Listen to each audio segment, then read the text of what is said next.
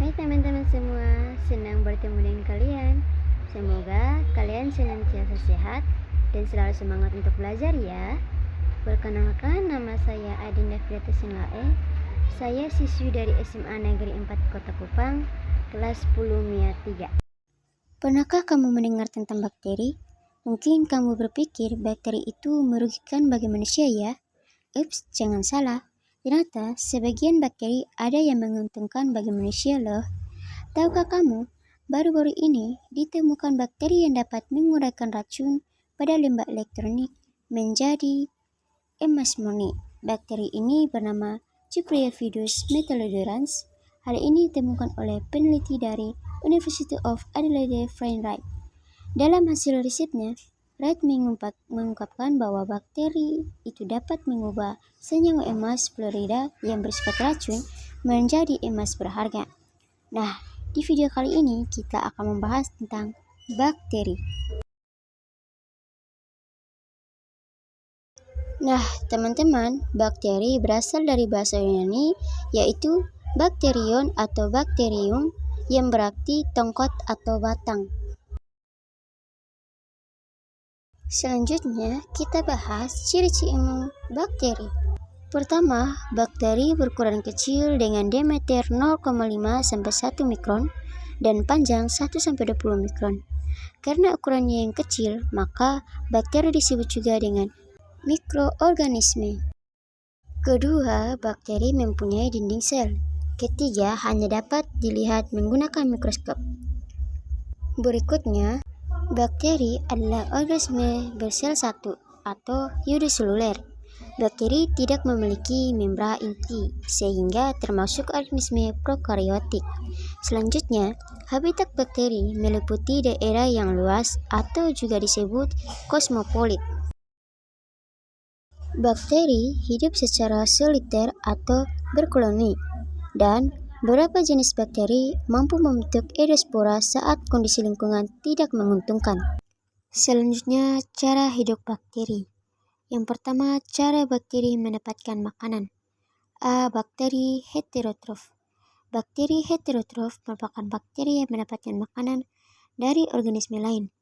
Sebagian besar bakteri heterotrof tidak mengandung klorofil, sehingga tidak bisa memproduksi sendiri makanannya. Berdasarkan sumber makanannya, bakteri heterotrof dibagi menjadi dua. Yang pertama, bakteri parasit. Mendapatkan makanannya dari organisme yang ditumpanginya, seperti familia Sphaerocheidae yang terdapat pada usus hewan moluska bercangkang dua. Beberapa bakteri parasit ada yang mengakibatkan penyakit pada inangnya, bakteri patogen, dan sebagian lain tidak, bakteri apatogen. Yang kedua, bakteri saprotif. Mendapatkan makanannya dari sisa-sisa organisme yang telah mati dengan cara mengurai dan mengubah bahan organik menjadi bahan anorganik melalui proses fermentasi dan respirasi. Contoh bakteri saprotif ialah Bacillus nitrificans, Escherichia coli, dan lainnya. B. Bakteri autotrof. Bakteri autotrof dapat membuat makanannya sendiri dari senyawa organik dengan melakukan proses mengubah. Berdasarkan cara melakukan proses pengubahan senyawa organik, bakteri dibagi menjadi dua jenis, yaitu pertama, bakteri fotoautotrof adalah bakteri yang membuat makanannya dengan bantuan energi dari cahaya matahari melalui proses fotosintesa. Yang tergolong bakteri autotrof adalah bakteri hijau yang memiliki pigmen hijau yang disebut Bacteria dan Bacterioviridin, dan bakteri ungu yang memiliki pigmen kuning, merah, dan ungu atau yang disebut Bacteriopurpurin. Kedua, bakteri chemoautotrof adalah bakteri yang membuat makanannya dengan menggunakan energi kimia seperti Nitrosococcus, Nitrosomonas, dan Nitrospira. Cara hidup bakteri yang kedua yaitu cara bakteri bernapas atau respirasi. Yang pertama, bakteri aerob obligat yang hanya dapat tumbuh pada lingkungan beroksigen, contoh Hydromonas dan Nitrobacter. Kedua, bakteri anaerob obligat yang hanya dapat tumbuh pada lingkungan miskin oksigen dan oksigen bersifat toksik pada bakteri tersebut, contoh Clostridium tetani. Ketiga, bakteri anaerob hydrotoleran yang tidak mati saat terpapar oksigen.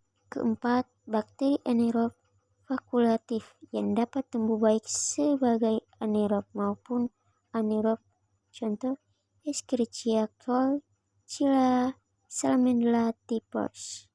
Dan yang kelima, bakteri mikrofilik yang dapat tumbuh baik hanya pada lingkungan dengan tekanan oksigen rendah. Selanjutnya, reproduksi bakteri.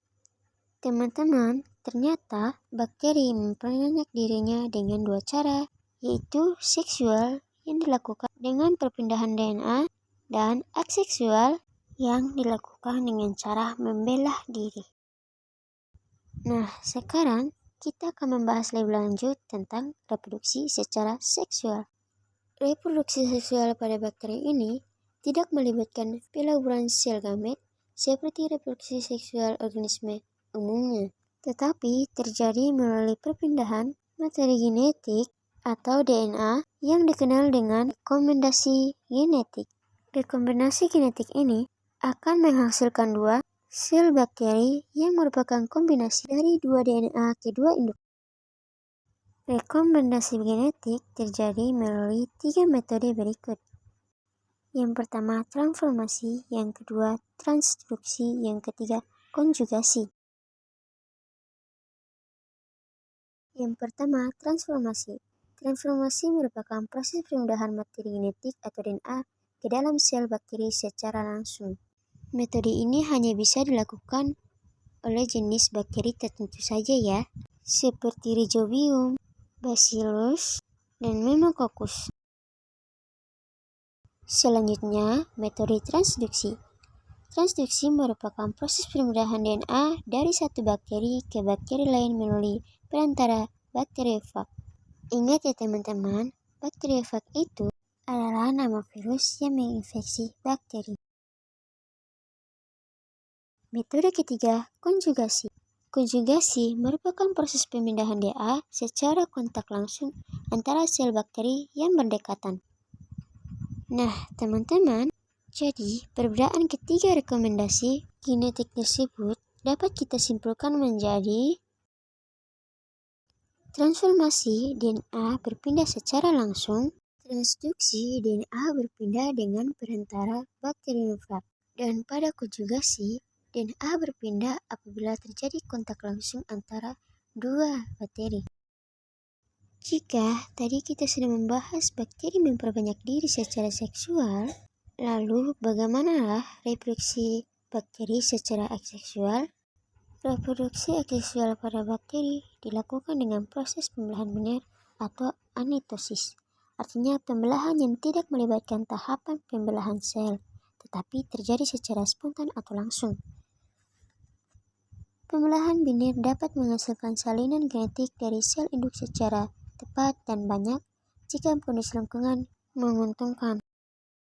Proses pembelahan biner pada bakteri diawali dengan pemanjangan sel, sehingga terjadi penggandaan DNA pada sel induk. Kemudian, dinding sel dan membran sel mulai membelah. Selanjutnya, septum atau pembatas rongga sel mulai terbentuk dan DNA akan terpisah. Dan akhirnya, sel terpisah menjadi dua dengan DNA masing-masing. Selanjutnya adalah peranan bakteri, contohnya pada tabel yang sudah ada, yaitu yang merugikan serta yang menguntungkan dalam kehidupan.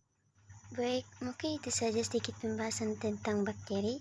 Terima kasih kalian sudah mengikuti video ini dari awal hingga akhir. Semoga bermanfaat buat kalian ya. Tetap semangat belajar. Bye-bye.